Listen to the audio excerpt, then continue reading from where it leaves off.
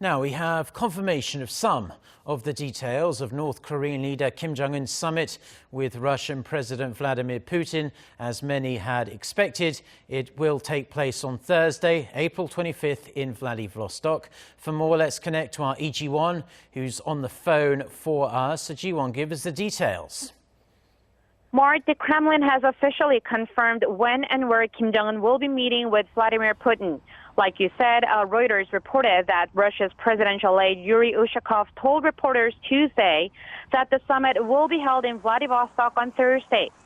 Their meeting will start with a one-on-one sit-down, followed by an expanded talk between the respective delegations, which will not result in the leaders signing any agreements or making a joint statement. Ushakov also said the discussions on the political and diplomatic solution regarding the denuclearization of the Korean Peninsula would be the main focus of their meeting. He also explained that Putin would try to set the tone for, quote, achieving serious agreements for settling the problem of the Korean Peninsula. Now, while the specific venue has not yet been disclosed, various reports suggest the first Pyongyang-Moscow summit in 8 years will take place at the Far Eastern Federal University, located on Rusky Island off the coast of Vladivostok. And K-News reports that preparations are underway there, with the flags of North Korea and Russia lined up at one of the buildings.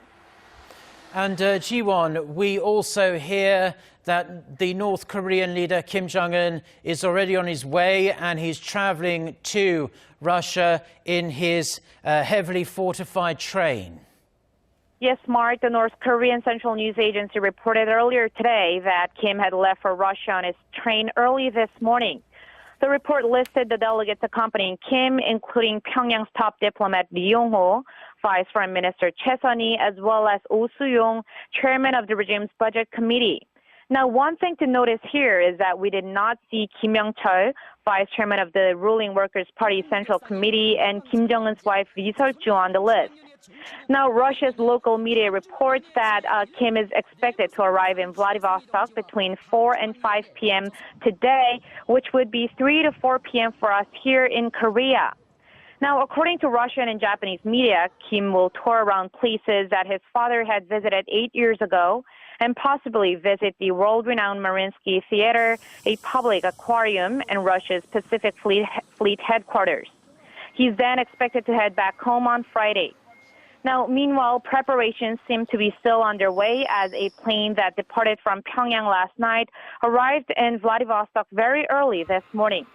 This specially scheduled flight is seen to have probably carried personnel and supplies for the summit. Back to you, Mark.